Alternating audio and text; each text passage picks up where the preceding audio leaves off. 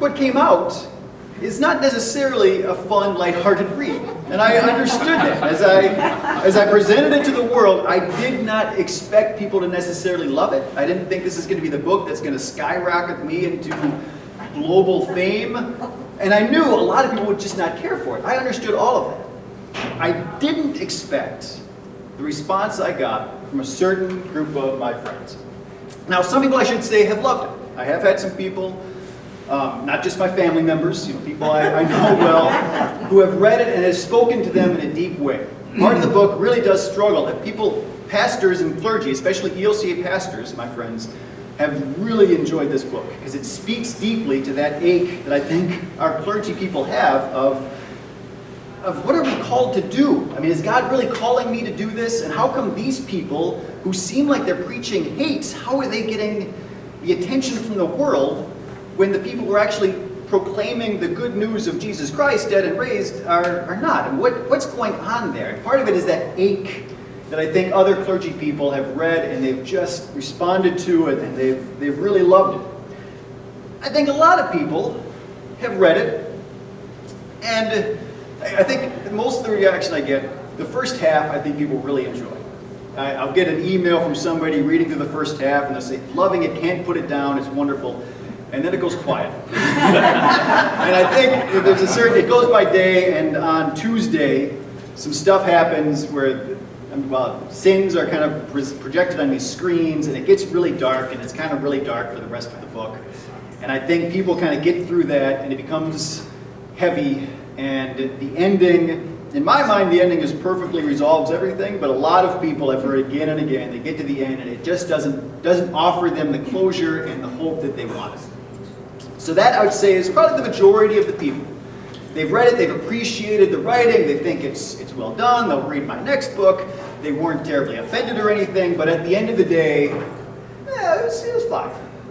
But then, this is the part that I really want to talk about, then there's this other section of people, and this is what I don't quite get it, and it still kind of rubs me where I want to talk about it, because I don't understand, who they just hate it. And it's kind of beyond just kind of going, it's a hatred. This is back in December, I was walking down in front of Cornerstone Community Church, where I'm good friends. This is part of the problem, is I'm very good friends with people who are of more conservative theologically. I'm conservative theology. I don't really quite get it. But anyway, I'm good friends with these people. She, a lovely old lady, actually, she's not really that old, but lovely lady, older. Yeah. I won't even mention her age. But anyway, she stopped me, and to her credit, I want to be completely, give her all the credit in the world, because she came right up to me. She was incredibly respectful throughout the whole conversation, but in the middle of it, she said her reaction was to burn the book. And something about this book made her want to burn it. It was somehow so offensive. I go to Bible study with him every Thursday, and when my mom died here, he sent me this beautiful email about the resurrection and about the hope, and it was just, he's a great man, but he couldn't get through about half of it. He read about half, and he had to stop because he felt guilty somehow reading this. So those are the two, and then also we had this letter from another lady. I don't know her very well, and her letter was odd. Basically, I think the gist of it was that I needed to be saved, which is true. But somehow, her reading through the book, that was the end result was I needed salvation. So there's something about this book that creates that response. And that's, I don't really know, one of the things, I'll be honest, the easiest way is to sit down with someone who's had that and really have a long conversation, and I'm just simply not brave enough to do that yet. At some point, I need to have that conversation. But this is my guess. So if you haven't read the book, well, you might not understand what I'm talking about, but this is my guess. It's two things. Number one, it is critical of a certain kind of preacher. It's critical of the kind of preachers that come in, have no real authority, but they claim an authority that no other human being has offered them.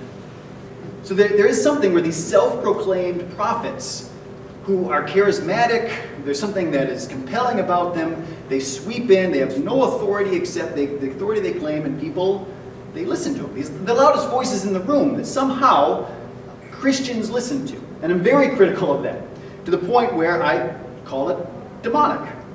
But I think more troublesome, and this I think is kind of troublesome for everybody who reads it, is I'm using what's called close third person perspective.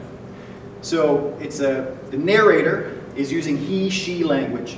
The narrator is not saying I, saying he is doing this, but is deeply inside the character's head. So I've got 4 different characters. When it's Gabe's perspective, the narrator is right inside of Gabe's head, seeing everything that Gabe is seeing. More importantly, he's right inside a character named Milton's head, and seeing everything that Milton is seeing. And Milton, spoiler, is possessed by a demon for 90% of the book.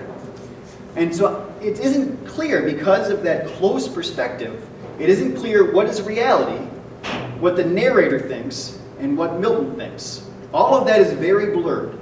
So a reader who isn't quite, maybe hasn't read that kind of material before, or has a very strong idea of spiritual warfare, the demons are, for example, he has this whole story about in the 80s when Dungeons and Dragons were huge. And I play Dungeons and Dragons. I think Dungeons and Dragons is just group storytelling. That's all it is. But there was this whole idea that it was demonic.